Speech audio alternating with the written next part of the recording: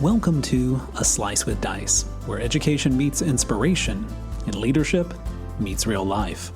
I'm Corey Alderdice, Executive Director of the Arkansas School for Mathematics, Sciences, and the Arts.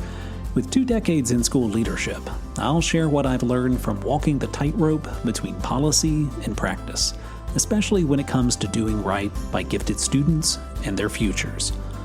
Ready to dive in? Here's this week's Slice. I recently found myself ending an email with a phrase I didn't give much thought to at first. I look forward to touching base in the future as I move toward clarity. It was just a casual sign-off, perhaps a little poetic, but it caught the attention of the recipient. He wrote back specifically noting that he liked the phrase, move toward clarity. And since then, I found myself reflecting more deeply on what exactly that means.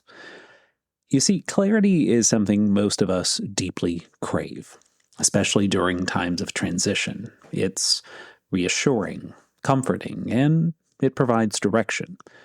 If you're like me, someone driven by solutions who loves checking off tasks, solving problems, and finding answers, clarity can feel like something you must grasp quickly and decisively.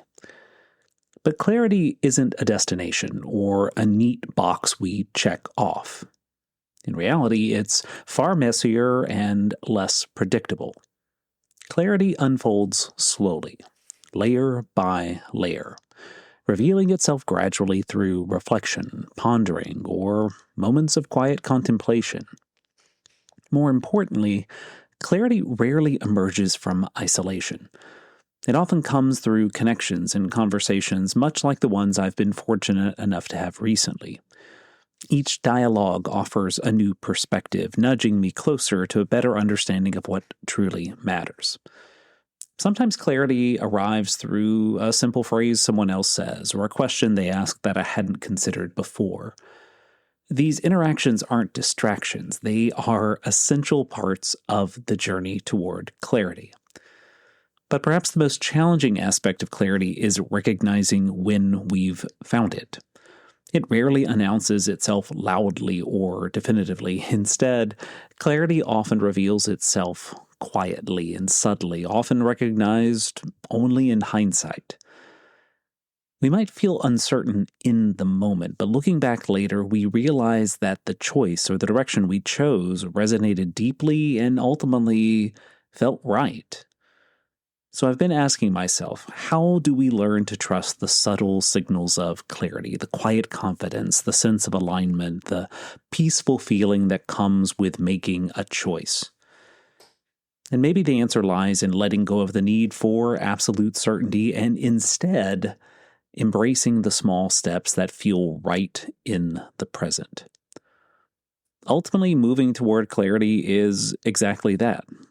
A movement forward, one small step at a time, without needing to see the entire path clearly ahead.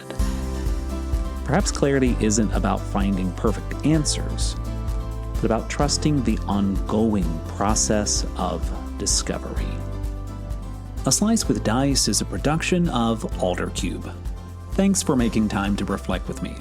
If you're finding value in these episodes, I hope you'll subscribe and help spread the word. Until next week, lead boldly, listen closely, and keep pushing forward. I'll see you then.